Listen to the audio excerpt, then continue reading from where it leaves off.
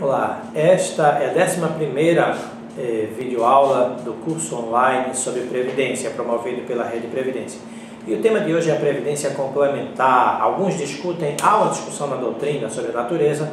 Na minha opinião, ela sim é complementar à Previdência Social, ou seja, ao regime geral de Previdência Social e aos regimes próprios de Previdência Social. A Previdência Complementar é prevista pela Constituição Federal no artigo 202 e a Lei Nacional, a Lei Geral que trata sobre a Previdência Complementar é a Lei Complementar Federal número 109. Além da Lei Complementar 109, tem também a Lei número 108, mas ela é focada nas relações do poder público com as suas entidades de previdência complementar.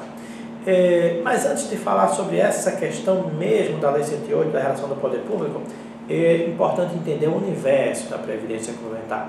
Lá no começo, quando eu falei da estrutura, eu disse que havia as entidades fechadas e as entidades abertas de previdência complementar. EFPC, entidades fechadas de previdência complementar. EAPC, entidades abertas de previdência complementar. Entidades abertas, essas estão livres no mercado, daí a expressão abertas. Qualquer pessoa que quiser e puder, poderá ter acesso a essas entidades. Elas são oferecidas pelos bancos e pelas seguradoras. A Lei Complementar 109 estabelece alguns critérios. Primeiro, tem que ser uma sociedade anônima, né? A modalidade não pode ser limitada, tem que ser uma SA. Naturalmente tem fins lucrativos, mas também estão sujeitas à regulamentação da Superintendência de Seguros, do SUSEP, e do próprio Ministério da Previdência. Já as entidades fechadas de previdência complementar, elas vêm sofrendo nos últimos anos profundas mudanças. Inicialmente, elas surgiram por iniciativa das estatais, das grandes estatais e das multinacionais. A lógica era, já que esses empregados eram vinculados ao regime geral e percebiam até o teto, de um pouco mais hoje de R$ 3.900, oferecer a esses profissionais que tinham a renda boa uma complementação nas suas aposentadorias. Então, grandes estatais como Banco do Brasil, Caixa Econômica, Telebrás, Embratel, Petrobras, Chesf, essas entidades ofereceram entidades de previdência complementar aos seus segurados. E outras multinacionais também seguiram no mesmo caminho, como as montadoras e grandes outras empresas como a Rodia. Atualmente, então, uma entidade fechada de previdência complementar pode ser instituída ou por uma empresa ou por um grupo de empresas do mesmo ramo. Turismo, montadoras,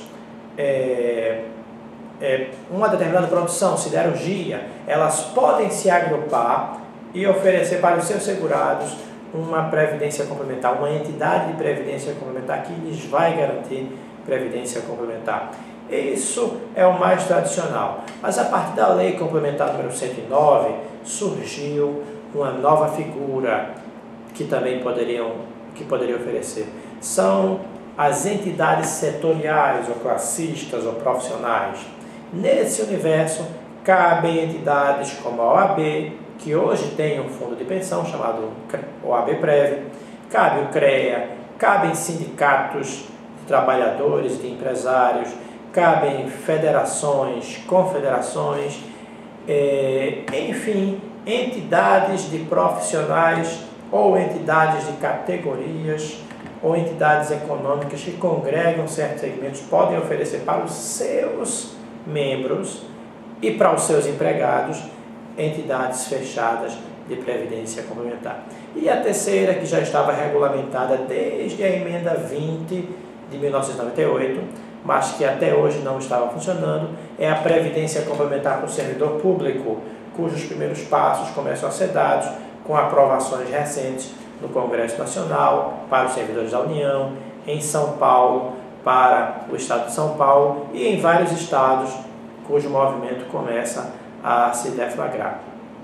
As entidades fechadas de previdência complementar são entidades privadas da mesma forma que as entidades abertas, mas, diferentemente, não possuem fins lucrativos. Toda vez que eu falo isso, é muito comum o aluno perguntar: mas professor, a gente vê a Previ investindo em shopping centers, como é que uma entidade dessa não tem fins lucrativos? A entidade não tem fins lucrativos. A função da entidade não é lucrar. A função da entidade é pegar as contribuições dos participantes, aqui não são mais segurados, e aplicar para garantir os benefícios futuros.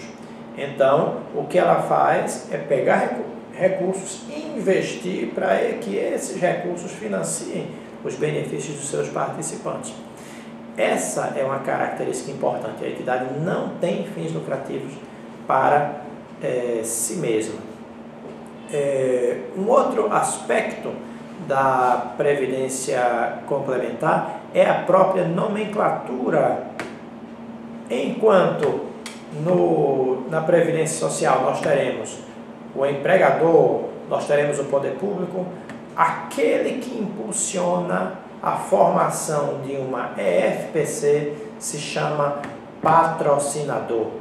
Então, o patrocinador da Previ é o Banco do Brasil, porque foi o Banco do Brasil que impulsionou a criação daquela entidade. O patrocinador da Petrobras da Petros é a Petrobras. O patrocinador da FACHESF é a CHESF. E os segurados, no regime geral e nos regimes próprios, aqui serão chamados de participantes. Esse alerta é muito importante porque, infelizmente, temos encontrado em muitos municípios copiar-se a legislação da Previdência Complementar e a gente acaba encontrando um município, em vez de nominar o seu servidor como segurado, como participante. São realidades bem distintas, né, em que pese conviverem cada vez mais próximas, mas mantêm suas respectivas identidades. Para concluir, é importante observar que as entidades de previdência complementar não estão sujeitas à falência. Isso também está previsto na Lei Complementar Federal número 109. Por que não estão sujeitas à falência? Porque, pela regra da falência, a entidade fecha e ela pode deixar de pagar certas obrigações. Em compensação, o Ministério da Previdência, por intermédio da Secretaria de Previdência Complementar, tem poder para intervir nas entidades quando elas não fizerem as demonstrações, não apresentarem os documentos e as informações necessárias, ou se esses documentos e informações apontarem que a entidade corre risco de não cumprir com suas obrigações perante os participantes. Então, o Ministério da Previdência tem competência e tem feito intervenções, eventualmente, para prevenir, para impedir que haja um calote aos participantes. Então, é por isso que, se na década de 80 houve vários problemas e vários participantes assustados, perdendo direitos, hoje os analistas internacionais consideram a Previdência Complementar brasileira como das previdências mais organizadas e mais seguras do mundo. E lembrando que você pode mandar suas dúvidas para o ricardo@redeprevidencia.com.br e as outras aulas você pode encontrar no www.redeprevidencia.com.br. Você pode acessar, se você já tem o Facebook, você entra no Facebook, clica na barra azul e você entrará diretamente. Se você não é cadastrado ainda na Rede Previdência, nem tem Facebook, você clica na barra verde e também poderá se cadastrar e assistir não apenas a esse vídeo, mas aos vídeos anteriores e também ler os textos que estão disponíveis, que reforçam o que aqui é dito. Até a próxima aula.